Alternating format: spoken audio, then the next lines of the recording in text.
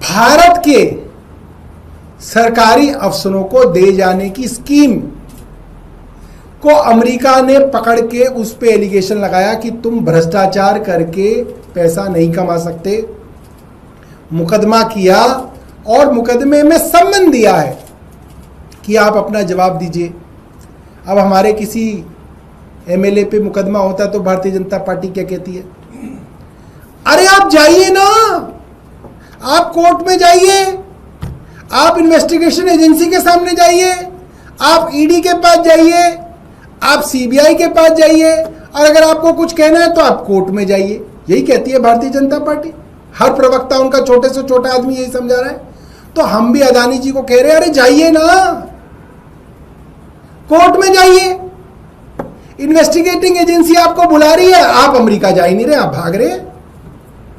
और केंद्र सरकार क्यों इसके अंदर अपनी बेइज्जती करा रही है? केंद्र सरकार क्यों पूरी दुनिया के अंदर बदनामी ले रही है कि साहब एक ये केंद्र सरकार है जो इनके यहां एक इतना बड़ा उद्योगपति जिसके ऊपर भ्रष्टाचार के आरोप लगे हैं, अमेरिका की कोर्ट उन्हें बुला रही है कि अपना जवाब दो, और भारत सरकार कह रही है हमें अदानी नहीं मिल रहा, उन्हें अदानी नहीं मिल रहे कि वो सम्मान दे सके उनको।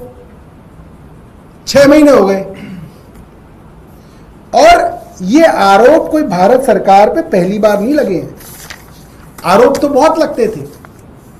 कीनिया में एक पैटर्न है आरोपों का जो लगभग कई वर्षों से भारत के प्रधानमंत्री नरेंद्र मोदी जी के ऊपर लग रहे हैं कि जहां जहां ये विदेशों में जाते हैं, विदेशी यात्राएं करते हैं, या इनसे मिलने कोई विदेश की सरकार का प्रधानमंत्री या राष्ट्रपति आता है, उसके आसपास ही अदानी साहब को उस देश में कुछ बड़ा कॉन्ट्रैक्ट मिलता है।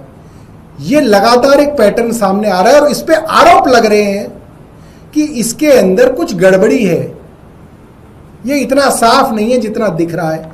और इसके कई उदाहरण हैं, आप गूगल कर लीजिए।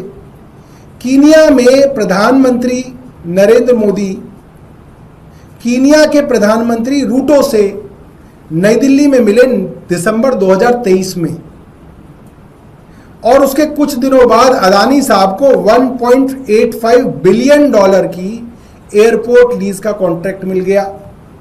736 मिलियन डॉलर का पावर ट्रांसमिशन लाइंस का कॉन्ट्रैक्ट मिल गया। कीनिया के अंदर हंगामा हो गया, कीनिया के लोग सड़कों पे प्रोटेस्ट करने के लिए उतर गए। वहां के विसल ब्लोअर सरकार के पीछे लग गए कि इसमें भ्रष्टाचार हुआ, इसमें गड़बड़ी हुई है। कोर्ट को कॉन्ट्रैक्ट सस्पेंड करना पड़ा और दूसरा कॉन्ट्रैक्ट वहां के राष्ट्रपति को सस्पेंड करना पड़ा। कीनिया में 2024 नवंबर में सस्पेंड हो गया।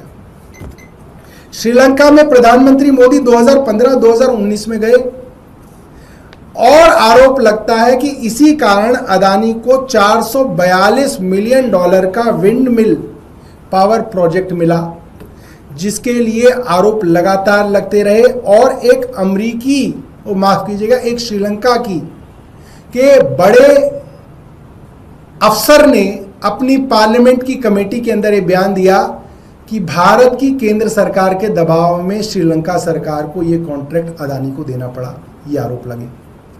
इसके बाद बांग्लादेश के अंदर मोदी 2015-2021 में गए, आरोप लगे कि अदानी को वहां पे 1.7 बिलियन डॉलर की पावर सप्लाई की एक डील मिली, जिसके ऊपर भी एलिगेशंस लगे कि इसके अंदर भी कुछ गड़बड़ी है, और वहां पे भी इसको लेके काफ़ी प्रोटेस्ट हुए, और आपकी जो सरकार है वो इसकी वहां पे जांच करा रही है। इसी तरीके से प्रधानमंत्री जब तंजानिया में मिले, ऑस्ट्रेलिया में मिले, जापान में मिले, मलेशिया में मिले, ईरान में मिले, ओमान में मिले, सभी देशों में जब जब प्रधानमंत्री की उनके देशों में उनके राष्ट्रपति और प्रधानमंत्री से मुलाकात हुई, उसके आसपास ही अडानी को उन देशों में बड़े बड़े कॉन्ट्रैक्ट्स मिले।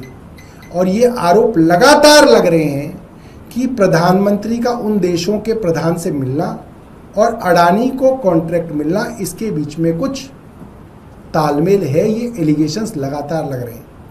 अब तक सिर्फ एलिगेशंस थे, मगर अब जो यूएस डिपार्टमेंट ऑफ जस्टिस और न्यूयॉर्क के ईस्टर्न डिस्ट्रिक्ट के कोर्ट का जो सम्मन है जो नवंबर में अडानी के नाम पे भेजा गया वो अब तक भारत सरकार ने उसकी सर्विस नहीं की।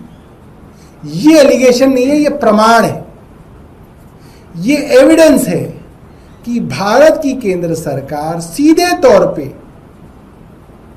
अमेरिकी कोर्ट के अंदर जो जुडिशियल प्रोसीडिंग्स हो रही हैं, भ्रष्टाचार के आरोपों को लेकर जो जुडिशियल प्रोसीडिंग हो रही हैं, उसके अंदर भारत की सरकार अडानी को सीधे तौर पे बचा रही है।